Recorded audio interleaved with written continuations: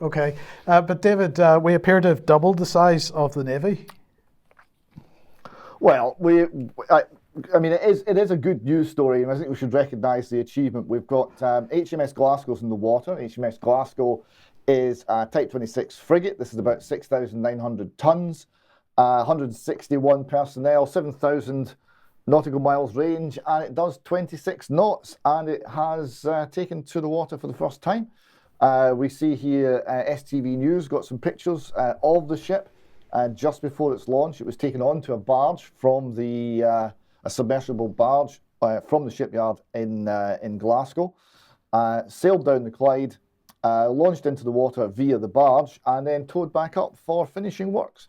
We see another photograph from STV News here of it making its way onto the barge, and we see some tweets from George Allison, as I think possibly taken from, well, it's either a flat or is it maybe the Erskine Bridge, as the ship comes back up the Clyde, pulled by tugs to move alongside and undergo finishing off works.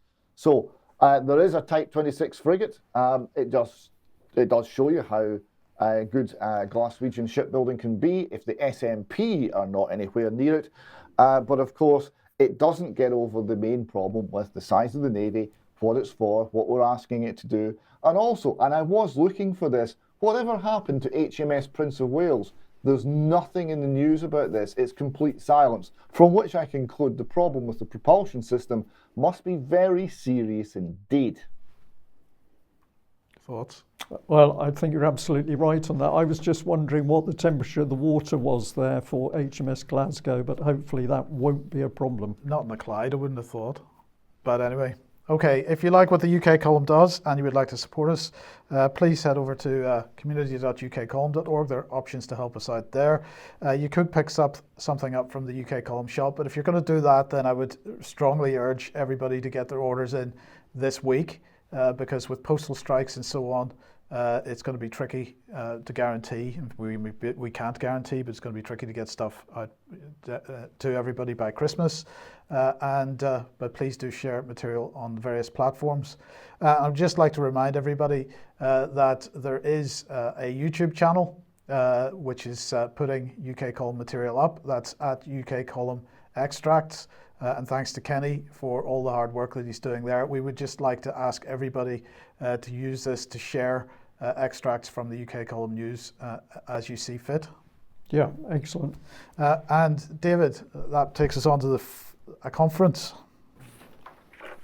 Yes, so the UK column's very delighted to announce that we're organising a conference in Glasgow called the Fornetti Conference for the 200 women who suffered, well, 200 women who so far come forward to confirm they suffered abuse at Fornetti House in Angus.